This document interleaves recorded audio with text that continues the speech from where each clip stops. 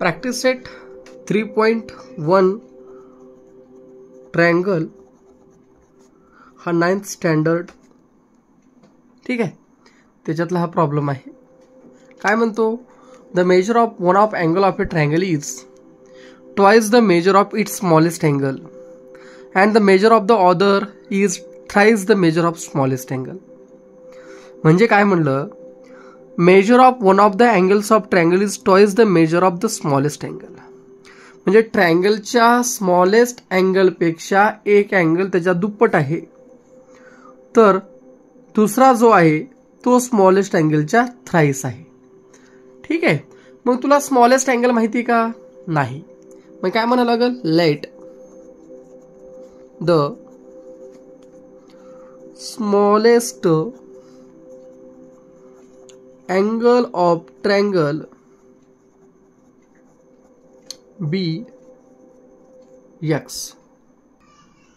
आता according to the given condition, जे दिलेली कंडिशन आहे त्याच्यानुसार, according to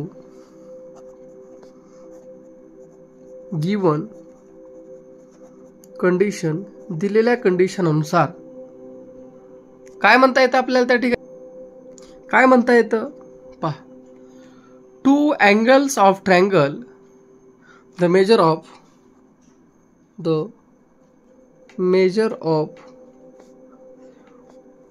to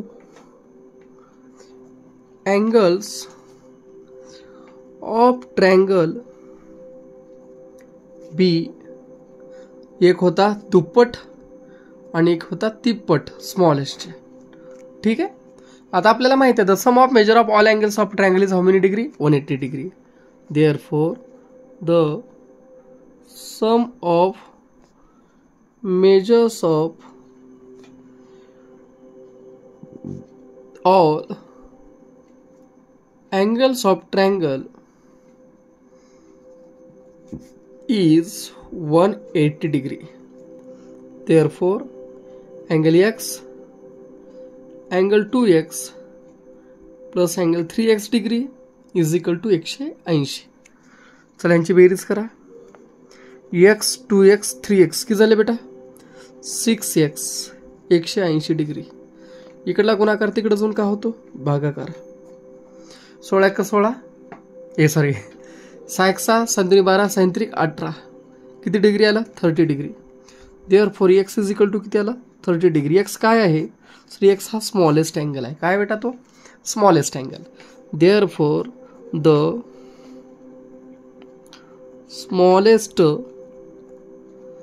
angle of triangle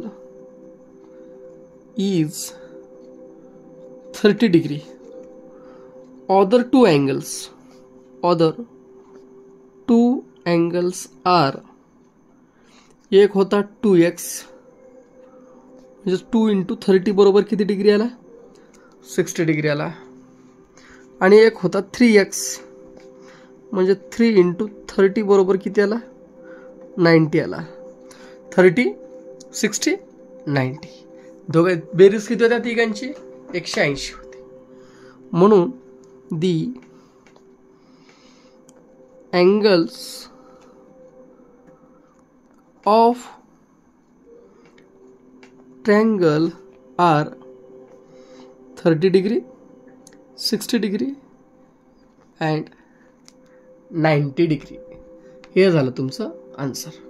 okay. एकदम एवढे इझिली तुम्ही ह्याला काय करू शकता? सॉल्व करू शकता.